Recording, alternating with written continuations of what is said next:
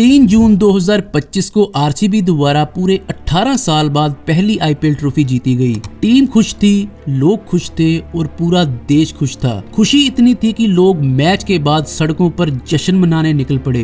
कहीं पर लोग बसों पर चढ़कर नाच रहे थे तो कहीं पर लोग एक दूसरे के साथ मिसबिहेव कर रहे थे। इस नाकाबू पाए जाने वाली भीड़ को देखकर वहां की पुलिस और गवर्नमेंट को पता होना चाहिए था कि अगले दिन 4 जून को आरसीबी द्वारा निकाली जाने वाली विक्ट्री परेड में इससे भी ज्यादा क्राउड होगी और उसको कंट्रोल करने के लिए प्रॉपर अरेंजमेंट करना बेहद जरूरी था। लेकिन सरकार और पुलिस चैन की नींद सोती रही और सिर्फ प्लेयर्स और उनकी गाड़ियों की सिक्योरिटी की व्यवस्था करने पर फोकस करती रही। फिर जब 4 जून 2025 को आरसीबी द्वारा विक्ट्री परेड निकाली गई तो वहां देखते ही देखते हजारों की गिनती वाले लोग लाखों में बदलने लगे। भीड़ इतनी ज्यादा बढ़ने लगी कि वहां सांस लेना भी मुश्किल होने लगा। चिन्नस्वामी स्टेडियम, जिसकी कुल कैपेसिटी 30,000 लोगों की थी, वहां 2 से 3 लाख लोग इकट्ठे हुए और सबके सब ही स्टेडियम के अंदर जाने की कोशिश कर रहे थे। स्टेडियम के गेट तोड़े जाने लगे और अंदर जाने की कोशिश में लगे फैंस आपस में ही भिड़ने लगे और वहां पुलिस फोर्सेस भी इतनी ज्यादा नहीं थी कि वो इस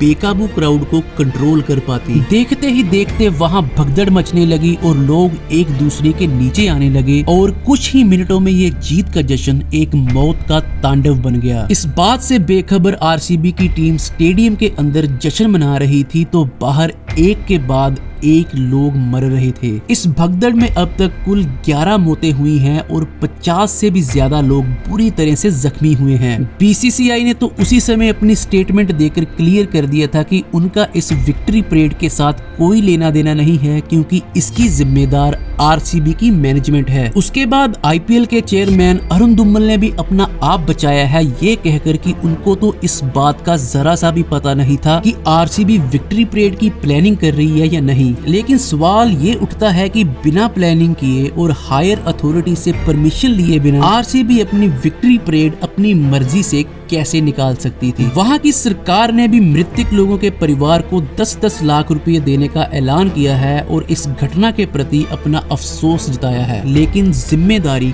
किसी द्वारा भी नहीं ली गई। सभी क्रिकेटर्स और नेता इस बात का सोशल मीडिया पर दुख जता रहे हैं, लेकिन सवाल किसी द्वारा भी नहीं उठाया जा रहा। आज से पहले भी कई विक्ट्री परेड्स निकाली गई हैं, लेकिन अथॉरिटीज द्वारा प्रॉपर अरेंजमेंट होते रहे हैं, जिसकी वजह से आज से पहले कभी ऐसा मेजर इंसिडेंट नहीं हुआ था। दोस्तों, कुछ दिनों बाद हम सब इस घटना को भूल जाएंगे। क्रिकेटर्स अपने खेल में लग जाएंगे और नेता अपनी सियासत में। लेकिन वो 11 लोग जो अपने घर से जीत का जश्न मनाने गए थे, शायद ये कहकर कि हम थोड़ी देर में ही वापस आ जाएंगे, वो अब कभी वापस नहीं लौटेंगे। जिनके परिवार का कोई सदस्य ऐसे चला जाए, भले ही उनको 10 लाख रुपए दिए जाएं या फिर ज्यादा, उन पैसों से वो अपना बिछड़ा हुआ परिवार कभी इकट्ठा नहीं कर सकते। अगर यही जीत का जश्न प्रॉपर अरेंजमेंट और जिम्मेदारी से किया गया होता तो आज किसी की भी जान ना गई होती।